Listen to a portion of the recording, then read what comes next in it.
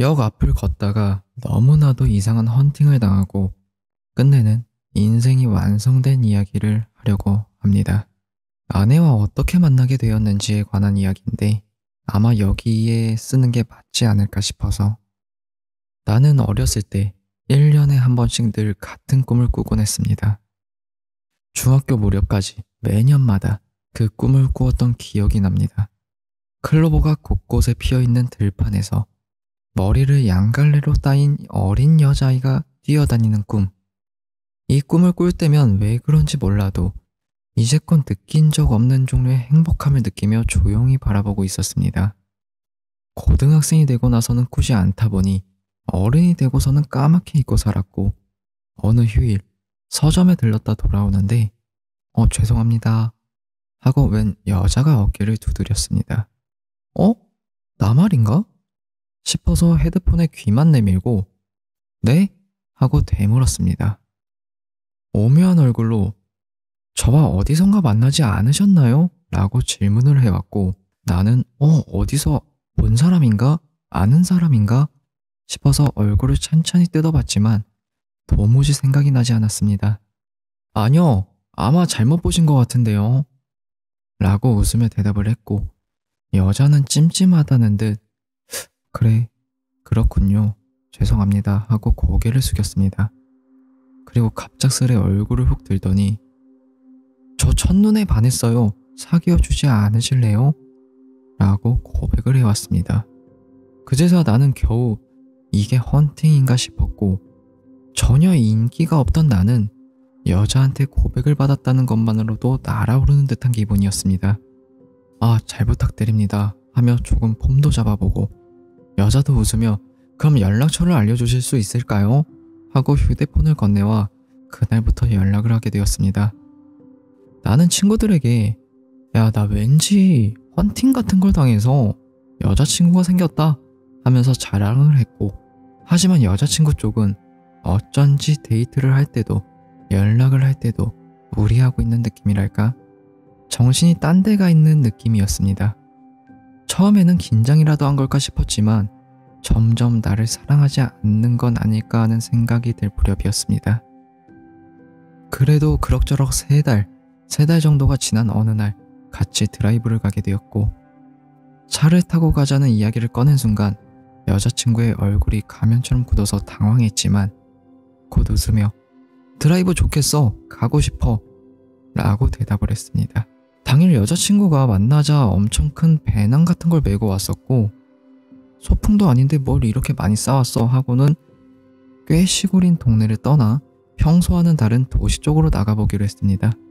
그날 여자친구는 너무 반짝반짝 빛나 보였고, 역시 수수한 시골보다는 도시 쪽이 즐겁겠지 하며 드라이브를 즐겼고 잘 왔다는 생각이 들었습니다. 꽤 멀리 차를 타고 나오다 보니 여자친구가 만들어준 주먹밥이나 샌드위치를 먹기도 하고, 차 안에서 둘이 이런저런 이야기도 나누고 너무나도 즐거웠습니다. 이후에도 가끔 드라이브 데이트를 하게 되었고, 여자친구는 매번 이것저것 만들어 왔어요. 마음의 거리가 줄어든 느낌이었고, 어느 날 언제나 그렇듯 여자친구 집 옆에서 여자친구를 태우고 운전을 하는데 여자친구가 조수석에 앉자마자 입을 열었습니다. 오늘인가 보네, 아마. 뭐가? 하고 묻자 나 뭐라고 말했어? 라고 웃으며 대답해 좀 당황스러웠습니다. 하지만 오늘 어딜 갈 거라고 이야기를 하다 보니 평소와 똑같았기에 평범한 데이트를 마치고 저녁을 먹은 뒤 돌아오는 길에 올랐습니다. 계절은 겨울, 주변은 산길이라 벌써 어두웠고 내일은 영하래, 정말 큰일이다 하고 이야기를 나누며 운전을 하고 있었습니다. 잠시 후 어쩐지 여자친구의 목소리가 굳어버린 느낌이 들었고, 재빨리 얼굴을 보자 왠지 눈이 풀릴 것 같았습니다. 왜 그래? 괜찮아? 추워? 하고 묻자 응, 괜찮아 라는 대답이 돌아왔고, 거기서부터 대화가 끊겼다. 나는 여자친구가 화가 날 만한 말이라도 했나 싶어 걱정하고 산길을 커브를 돌면서 운전을 했습니다. 자동차는 슥 하고 커브 바깥쪽을 겉돌더니 원심력에 따라 그 기세 그대로 가드레일 너머로 떨어졌습니다.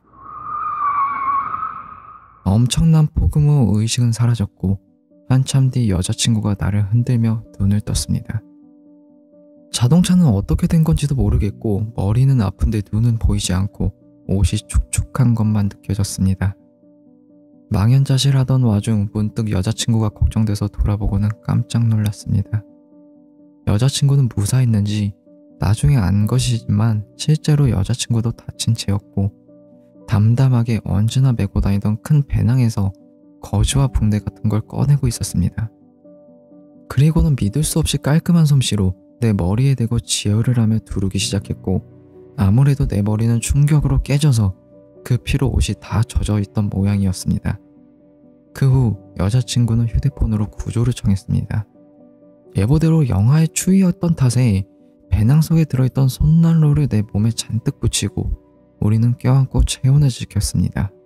나는 피가 빠져나간 탓인지 굉장한 추위가 들었고 공포에 질려 죽음을 각오하고 있었습니다. 하지만 이런 상황에도 불구하고 여자친구는 무척 침착했고 어째서인지 내가 꼭 지켜줄게 라고 나에게 말하며 나는 무척 신기한 기분이 들었습니다. 잠시 뒤 멀리서 사이렌 소리가 들려오고 둘이 같이 구조가 됐습니다. 병원에서 치료를 받는 도중 나는 여자친구에게 그 응급치료 솜씨는 무엇이었는지 물었고 여자친구는 갑자기 울기 시작했습니다. 나 알고 있었어. 라며 믿을 수 없는 이야기를 꺼내기 시작했습니다. 여자친구는 어릴 때부터 모르는 남자가 밤중 산길에서 사고를 당해 죽는 꿈을 반복적으로 꾸었다고 합니다. 너무 자주 꿈을 꾸다 보니 어떻게든 도와주고 싶었다는 그런 생각이 있었을 때 어쩐지 위에서 내려다보던 꿈이 조수석에서 지켜보는 것으로 바뀌었다고 합니다. 그리고 차차 꿈을 꿀 때마다 어떻게 사고가 일어나서 어디를 다치고 무엇이 원인이 됐는지 왜 죽는지를 파악하게 되었다고 합니다. 그래서 남자가 죽지 않을 수 있도록 꿈속에서 필요한 도구를 갖추기 시작했다는 것입니다. 그리고 그 노력의 결과 사고 끝에도 살아나는 게 당연하게 된 일이 되었고 자신을 바라보게 되었다는 이야기를 해주었습니다. 처음 나를 봤을 때 여자친구는 너무나 큰 충격에 온몸에서 땀이 나고 토할 것만 같았다고 했습니다. 정기적으로 꿈에 나오던 남자를 현실에서 마주친다면 누구라도 무섭겠지. 처음 말을 건 그날은 정말 큰맘 먹고 말을 걸었다고 했습니다. 그저 우연일 뿐이라며 여기서 끝이겠지만 만약 꿈이 현실로 이루어질 거라면 이 남자에게 말을 걸지 않은 걸 평생 후회할 거란 걸 느끼면서 솔직히 나는 외모적으로 여자친구의 이상형이 아니었다고 합니다. 하지만 갑자기 친구가 되어달라고 말을 하면 기분 나빠하고 끝날 것 같아 첫눈에 반했다고 그럴듯하게 둘러댔다는 것입니다. 사귀고 있다 보면 언젠가 그 사고를 마주칠 테니 적어도 그때까지는 사귀겠다는 마음으로 나는 그 이야기를 듣고 통곡을 했습니다. 처음 여자친구가 무리하는 것처럼 느껴졌던 것도 그제서야 이해할 수가 있었고 믿을 수 없는 이야기였지만 사고로 머리를 다쳐서 그런 걸까? 오히려 그 이야기가 너무나도 당연하게 느껴졌습니다. 솔직히 목숨을 건진 기쁨보다 여자친구가 이제 내 곁을 떠나갈지도 모른다는 것에 절망을 했고 나는 통곡하며 이제 우리 헤어지는 거야? 라고 물었습니다. 여자친구는 반문을 했습니다. 너는 어떻게 하고 싶어? 나는 절대로 헤어지고 싶지 않아. 이제 진심으로 좋아하게 됐으니까. 나는 어쩐지 결코 여자친구와 헤어져서는 안 된다는 예감이 들었고 당시에는 나 같은 놈이 이런 여자를 놓치면 다음은 없을 거란 생각에 그랬다고 여겼지만 아마 헤어지면 안 된다는 것을 내 마음속 어디에선가 이미 알고 있었던 것 같습니다. 내 대답을 들은 여자친구는 나도 너를 좋아하게 됐어. 앞으로도 잘 부탁해. 라며 웃었습니다. 그로부터 반년 정도를 더 사귄 후 사귄 지 1년쯤 될 무렵 우리는 결혼을 했습니다. 결혼하고 2년 만에 아이가 태어났고 어느 화창한 날 이제는 아내가 된 여자친구가 만든 도시락을 가지고 피크닉을 갔습니다. 2살 된 딸은 무척 들떠서 피크닉 시트를 준비하는 동안에도 뛰어다녔고 웃으며 위험하니까 이리 오라고 딸에게 손을 뻗는 순간 나는 번개를 맞은 것 같은 충격에 휩싸였습니다. 아내가 따준 양갈래 머리를 휘날리며 뛰어다니는 한 딸의 모습은 내가 어린 시절부터 반복해 꾸어오던 꿈속의 그 장면이었습니다.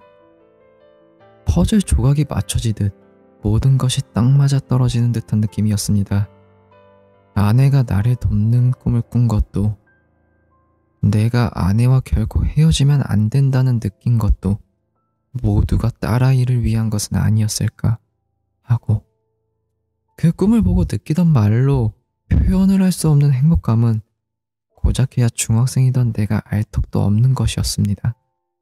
어린 딸을 보는 아버지의 행복감이니까 지금 처음 맛보는 부모로서의 그 행복 속에서 그리움을 느끼는 모든 속에 나는 서 있었고, 내 인생은 이렇게 될 운명이었다고 지금은 생각을 하고 있습니다. 나 말이 안 나온다. 말이 안 나와. 근데 그 여성분이 난 더 대박이야. 이 남성분을 인연이 있어서 만났다고 한들 꿈속에서 그 남자가 죽으니까 찾으려고 도와주려고 사귀기까지 하고, 이 여성분이 만약에 없었잖아. 그러면 이 글을 써주신 남성분은 이미 사고로 돌아가셨을 거고, 결혼도 못하고 꿈속에서 봤던 그 이쁜 2살의 아이도 못 봤을 거고. 와, 이거 근데 마지막 나 소름 돋아서 내 눈물이 나올 뻔했어, 진짜로.